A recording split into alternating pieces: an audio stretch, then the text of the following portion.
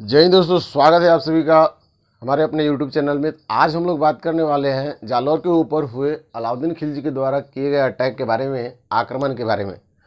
तो दोस्तों, ये हमारा पार्ट 4 है। इससे पहले पार्ट 1, पार्ट 2, पार्ट 3 करवा चुके हैं। पार्ट 2 और पार्ट 3 में मैंने आपको बताया था दोस्तों कि अलाउद्दीन खिलजी के द्वारा यानी AK के द्वारा सबसे पहले गुजरात अभियान चलाया जाता है, और गुजरात अभियान में उसके दो महत्वपूर्ण सेनापति होते हैं जिसका नाम है उलूग खां और नुसरत खां। तो सबसे पहले वो गुजरात के ऊपर अटैक करके इस जीत लेता है दोस्तों, और उसके बाद सेकंड जो अटैक होता है उसका रणथंभौर के ऊपर होता है।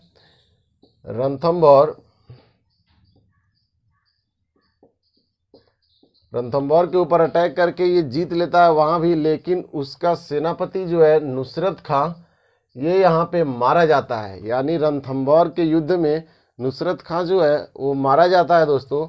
और सेकेंड बैटल के बाद थर्ड में चित्तौड़ पे आक्रमण करता है।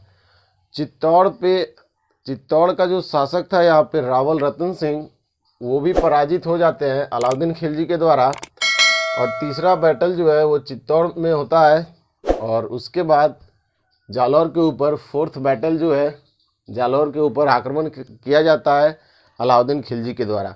मैंने आपको राजस्थान के मैप से समझाने का प्रयास किया था दोस्तों कि सबसे पहले जब गुजरात अभियान चलाया गया था तो आपका दिल्ली का यानी अलाउद्दीन खिलजी की सेना इस रास्ते होते हुए गुजरात आई थी, और ये चित्तौड़ वाला इलाका जो है इनके अंडर में आता था, और इसकी सहायता, इस एरिया का हेल्प लिया गया था अलाउद्दीन खिलजी के द्वारा सेना भेजने में। इसलिए यहाँ के जो शासक थे समर सिंह, उन्होंने टैक्स कलेक्ट किया था, और जब टैक्स कलेक्ट किया था आने समय, उसके बाद इसके जो दो सेनापति थे उलूग खां, नुसरत खां, वे सोचते हैं कि हम लोग आने समय टैक्स दिया, जाने समय टैक्स नहीं देंगे, इस रास्ते का उपयोग करेंगे। लेकिन जब इस रास्ते से वो जाते हैं दिल्ली, तो रास्ते में जालौर के जो शासक हैं कान्हड़ देव, वे उन पे अटैक कर देते हैं, और इनके द्वारा सोमनाथ की मूर्ति ले जाया जाता है दिल्ली में। उससे छीन करके वो अलग 5 जगहों पर मंदिर का निर्माण करवाते हैं। यहाँ तक ये कहानी मैंने आप लोगों को बता दिया था। तो दोस्तों, जब यहाँ उलूग खां और नुसरत खां जब यहाँ से वापस गए तो अलाउद्दीन खिलजी को बताएंगे या नहीं बताएंगे कि हम लोग जब गुजरात अभियान में जा रहे थे तो चित्तौड़ का जो शासक है वो हमसे टैक्स कलेक्ट किया था, और जब हम वापस आ रहे थे उसके बाद हम लोगों ने सोचा कि इस रास्ते से जाएंगे, टैक्स नहीं देना पड़ेगा, लेकिन वहाँ पे भी हम लोग के ऊपर अटैक करके हम लोगों को क्षति पहुँचाया गया है। ये सुनकर अलाउद्दीन खिलजी अटैक करेगा या नहीं करेगा? तो अटैक बिल्कुल करेगा। अटैक किया भी, और 1303 ईस्वी में मैंने बताया था चित्तौड़ के ऊपर अटैक किया था। अब 1305 ईस्वी में जालौर के ऊपर अटैक करेगा। क्यों कर रहा है मैंने आपको बताया कि इसके द्वारा उसकी सेना को रोक करके अटैक किया गया था जालौर के शासक के द्वारा। अब क्या होता है दोस्तों, इतना बात मैंने आप सभी को बता दिया था। अब जालौर के ऊपर जो आक्रमण होगा वो 1305 AD में होगा। 1305 AD में क्या होता है, जालौर के जो शासक हैं उनका नाम है कान्हड़ देव, और दिल्ली में जो शासक है वो है अलाउद्दीन खिलजी यानी कि AK। अलाउद्दीन खिलजी का एक सेनापति है जिसका नाम है एन उल मुल्क मुल्तानी। ये इसका सेनापति है अलाउद्दीन खिलजी का, और अलाउद्दीन खिलजी के द्वारा बोला जाता है कि तुम सेना के साथ जाओ और अटैक कर दो जालौर के ऊपर। तो एन उल मुल्तानी जो है वो अपनी सेना को लेकर के जालौर की तरफ आगे बढ़ता है दोस्तों। और जब कान्हड़ देव को पता चलता है तो इन दोनों के बीच में जो है वो संधि हो जाता है, संधि शर्त रखा जाते हैं दोस्तों। मार्कर चल नहीं रहा है, अभी चलाते हैं। इन दोनों के बीच में क्या होता है, संधि हो जाता है।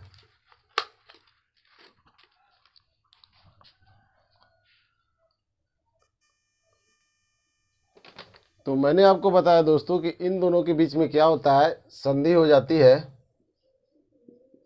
और इस संधि के तहत क्या होता है, कान्हड़ देव के पुत्र वीरम देव को दिल्ली में अलाउद्दीन खिलजी के पास भेज दिया जाता है। कुछ इस इतिहासकार का मानना है कि कान्हड़ देव खुद अलाउद्दीन खिलजी के पास जाते हैं, लेकिन अधिकतर इतिहासकारों का मानना है कि कान्हड़ देव अपने पुत्र वीरम देव को दिल्ली में अलाउद्दीन खिलजी के पास भेजा जाता है इनको, और अलाउद्दीन खिलजी के दरबार में वीरम देव जो हैं वो जाते हैं। और वीरम देव कौन है? कान्हड़ देव के पुत्र हैं। कान्हड़ देव के पुत्र का नाम वीरम देव है, और इस संधि शर्त के अनुसार वीरम देव को दिल्ली में भेजा जाता है अलाउद्दीन खिलजी के पास। और इनके बारे में अगर बात करें तो 7 फुट 2 या 3 इंच जो है इनका हाइट था, यानी काफ़ी लंबे चौड़े, कंधा इतना चौड़ा बाल था, इतना लंबा बाल, कंधा इतना बाल, आंखों में सुरमा था, और एक कमर में तलवार और दूसरे पर कटार था। इनके बारे में बात करें, अगर दोस्तों मैं यहाँ पर एक दरबार बना रखा हूँ, मान लीजिए यहाँ पे दरबार का शासक अलाउद्दीन खिलजी बैठा हुआ है, इस तरफ इनकी सेना है और इस तरफ इसकी सेना है, और आपको पता है कि महिलाओं को ऊपर छत पर से रखा गया है, छत पर से ये देख रही हैं, और वीरमदेव को दरबार में आना है दोस्तों। तो यहाँ पर जो दरबारी होता है, गेटकीपर, वो बोलेगा या नहीं बोलेगा कि सावधान सावधान सावधान, महाराज की जय हो। दरबार में कान्हड़ देव के पुत्र, या फिर अगर हम बोलेंगे राजकुमार, जालौर के राजकुमार वीरम देव पधार रहे हैं, बोलेगा या नहीं बोलेगा? बिल्कुल बोलेगा।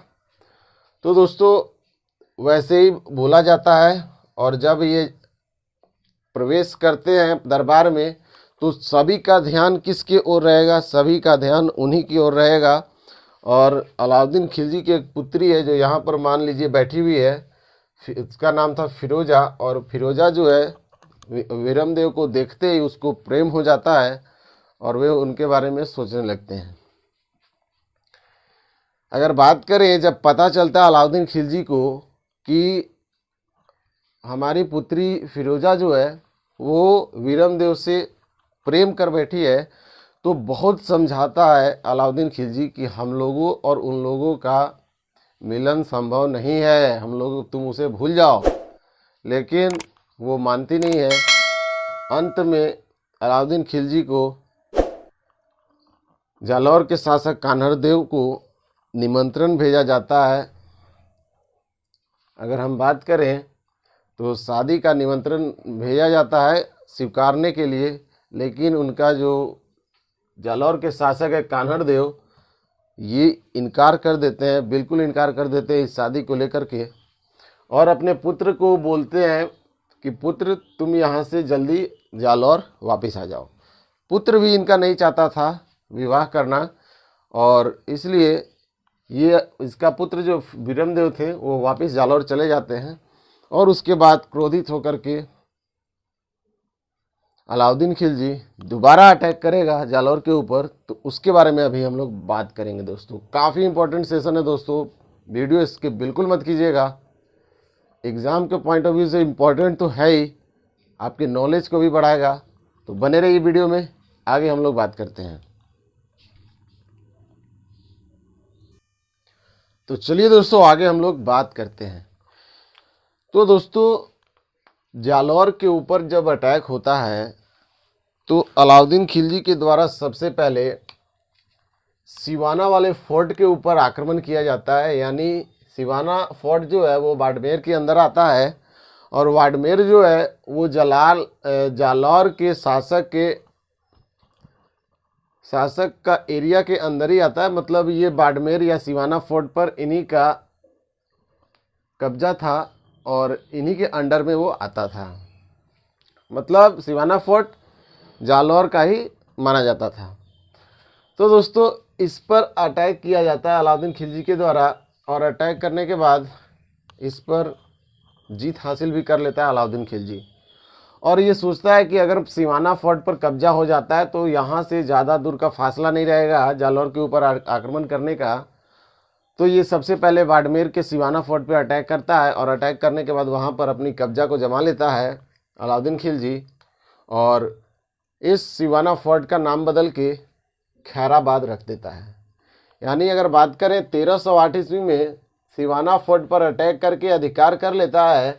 अटैक करता है 1308 एडी में, 1308 एडी में अटैक करता है और इस पर अधिकार कर लेता है और सिवाना फोर्ट का नाम बदल के खैराबाद रख देता है। याद रखेंगे, इंपॉर्टेंट है।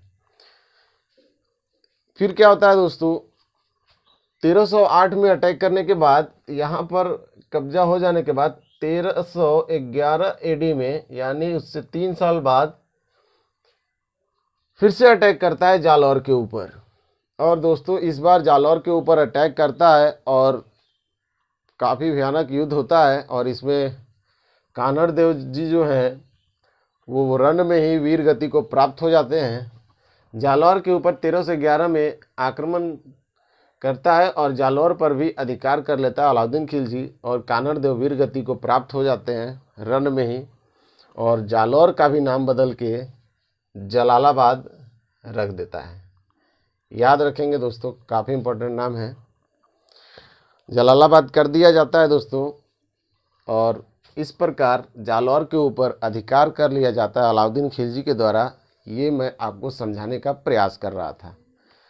उम्मीद करते हैं दोस्तों कि आपको यहाँ तक बिल्कुल समझ में आ गया होगा। दोस्तों बात करें नेक्स्ट, तो अगले क्लास में यानी अगले टॉपिक में हम लोग बात करने वाले हैं इसकी साउथ इंडिया, दक्षिण भारत का जो अभियान था, दक्षिण भारत पर आक्रमण अलाउद्दीन खिलजी के द्वारा किया जाता है, या दक्षिण भारत पर जो अभियान चलाए जाते हैं, दक्षिण भारत पर जो अटैक किया जाता है, किस किस एरिया, दक्षिण भारत के एरिया को जीता जाता है। और दक्षिण भारत अभियान में सेनापति जो होता है दोस्तों, वो आप सभी को पता है, मैंने आपको बताया था मलिक काफूर। इसी को पूरे दक्षिण अभियान में सेनापति नियुक्त किया जाता है और ये दक्षिण अभियान को सफलतापूर्वक जीत लेता है। उम्मीद करते हैं दोस्तों कि जालौर अटैक के बारे में आपको बिल्कुल समझ में आ गया होगा। मैं आपके थ्रू समझाने का प्रयास करता हूं। अगर सेशन आपको अच्छा लगता है तो लाइक कर दीजिएगा और शेयर ज़रूर किया कीजिए अपने दोस्तों के साथ, ताकि हमारे वीडियो उन तक भी पहुंचे। और अगर आप रेगुलर हमारी वीडियो को देखना चाहते हैं तो सब्सक्राइब कर दीजिए चैनल को, और अच्छा लगता है तो लाइक कमेंट शेयर ज़रूर कीजिए। तो मिलते हैं अगले वीडियो में, तब तक के लिए bye, take care, goodbye and have a nice day. Thank you.